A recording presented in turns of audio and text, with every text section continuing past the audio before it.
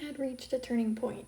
I was pretty good for my age, people were generally impressed with me, but that wasn't going to last. If I was going to get that art career I wanted, I needed to make a major change.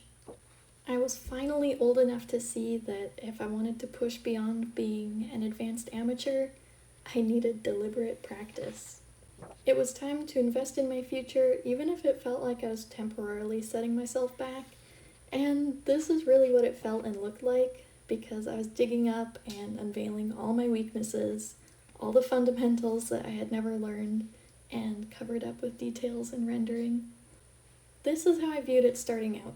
What's 3 or 5 years? Looking in the future, that feels like a lot, but looking to the past, that's not really that much time. I can invest several years in my future. There's absolutely no way I would ever regret gaining more skills and knowledge. Future me will be thrilled that I did this. And yes, I can confirm, best decision I ever made for my art. There is a lot to learn when going back to the fundamentals, and I did feel overwhelmed, especially since I didn't yet know exactly what career I wanted, so I couldn't tailor my learning to where I wanted to go, at least not yet. I started with perspective, and looking back I did a pretty shoddy job, but I did as much as I could handle before hating it, and it took me pretty far. I have 2 points about this. You're not learning something once, and then you're set for life. It turns out this is ongoing, and as other skills get more advanced, you'll have to circle back and touch up on weaker ones. Several years later, I came back to perspective and learned so much more that I wouldn't have had the discipline or surrounding knowledge to do the first time.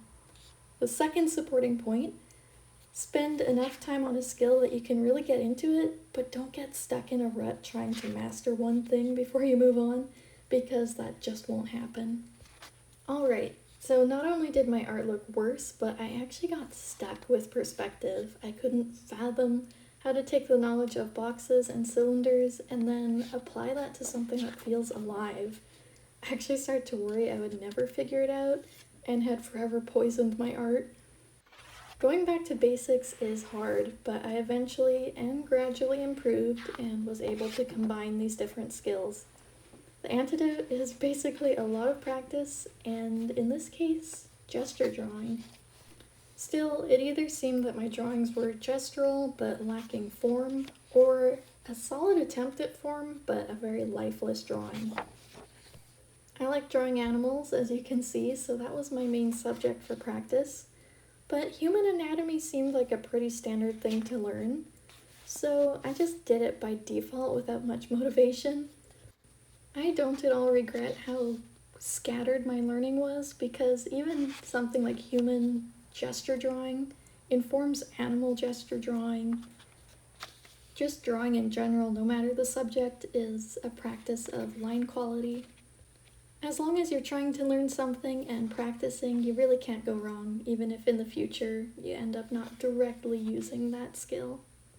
Starting out, I set a rule for myself that I could only use non-erasable pencils, unless I was practicing something that required subtlety, like practicing shading.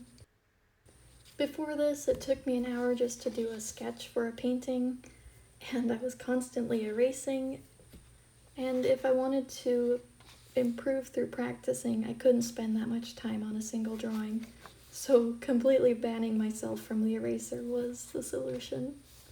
Looking back, I can see that I was not really cheating, but I was very, very shy about using such a permanent medium, so I drew very lightly with a very light pencil, which isn't the greatest idea.